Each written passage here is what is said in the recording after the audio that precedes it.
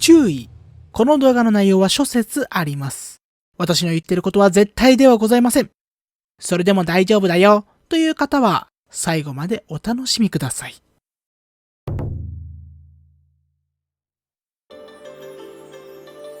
皆様、林というものをご存知でしょうか。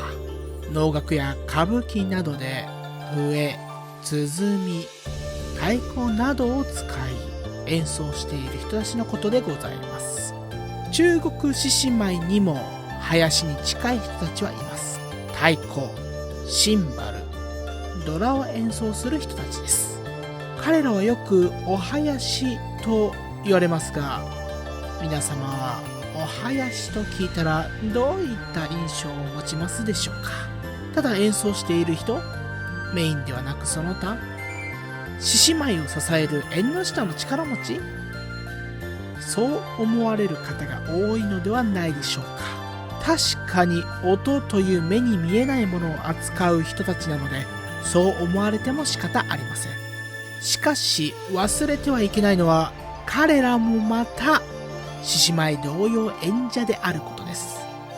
私が知っている中国獅子舞団体の方が言ってたことなのですが、入隊して最初に覚えるのは楽器だそうです。そして楽器を説明する際、一番最初にこう言われます。楽器は獅子のセリフである。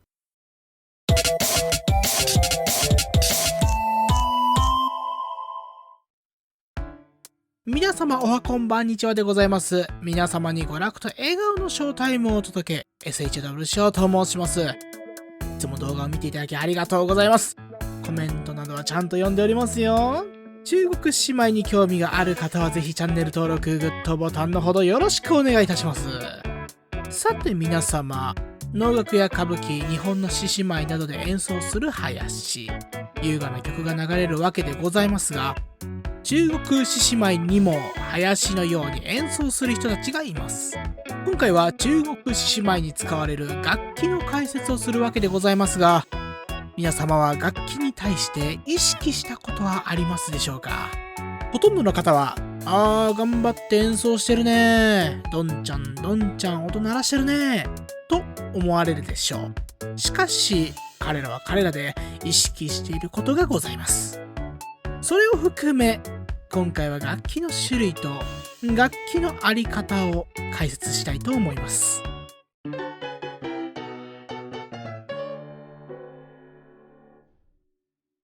さて、楽器の種類でございますが、主に3つの楽器を使用しております。太鼓、シンバル、ドラ。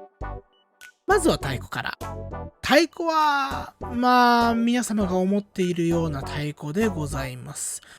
鼓でもなければ大太鼓でもない太鼓でございます。しかし演者はただ太鼓を叩いているわけではございません。太鼓は楽器の中で一番重要なポジションでございます。例えるならば、演奏する指揮者であり先導者といったところでしょうか。常に獅子を見ないといけませんし、シンバル、ドラにも気を使わないといけません。太鼓が速くなるとシンバルとドラは速くなり、太鼓が遅くなるとシンバルとドラは遅くなり、太鼓が失敗するとシンバルとドラも失敗します。すごく責任が重大なポジションで、太鼓がなくては獅子はできません。楽器の中ではリーダー的ポジションですね。次はシンバル。シンバルは楽器の中で華やかで賑やかな音を出します。ポジション的にはバンドでいうギター的ポジションでしょう。常に叩かなければなりませんし、太鼓の音に合わせないといけません。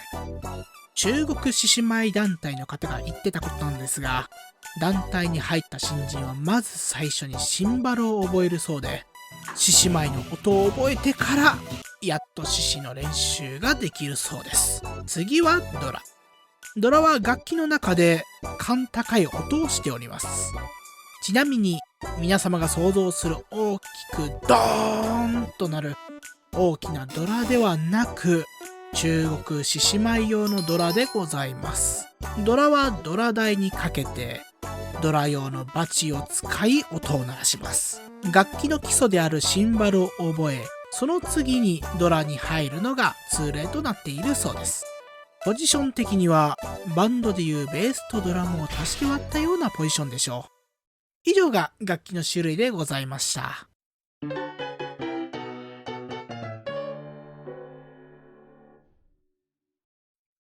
楽器のあり方と大きく言っておりますが、一ファンの意見でございますので、受け流す程度で聞いていただければなと思います。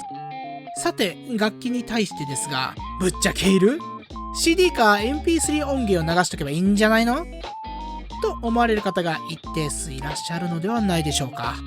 流派や考えなどがありますから一概には言えませんが、個人的には欲しいところです。と言いますのも、競技スポーツとしての中国姉妹では絶対必要なものですし、何より獅子の迫力が違います。中国姉妹団体の方が言ってたのですが、楽器とは獅子のセリフだそうです。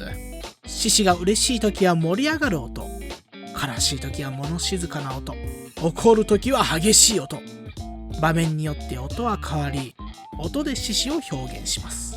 私が楽器に対して例えるならば、皿みたいなものだと思っております。例えるならばハンバーグ。皆様はハンバーグを食べる際、ハンバーグを地べたに置いて食べますか？そんなことありませんよね。ちゃんと皿の上に乗せて食べますよね。この皿というのが大事で、ハンバーグを丼のお椀に乗せる。確かに食べれます。しかし、見た目は悪いです。大体は鉄板か平たい皿に乗せるはずです。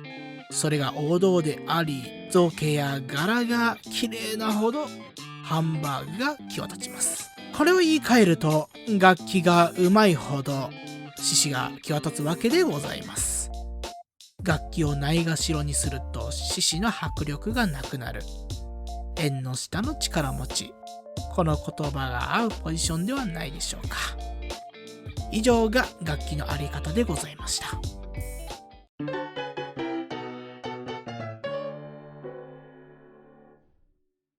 皆様ここまで見ていただきありがとうございました。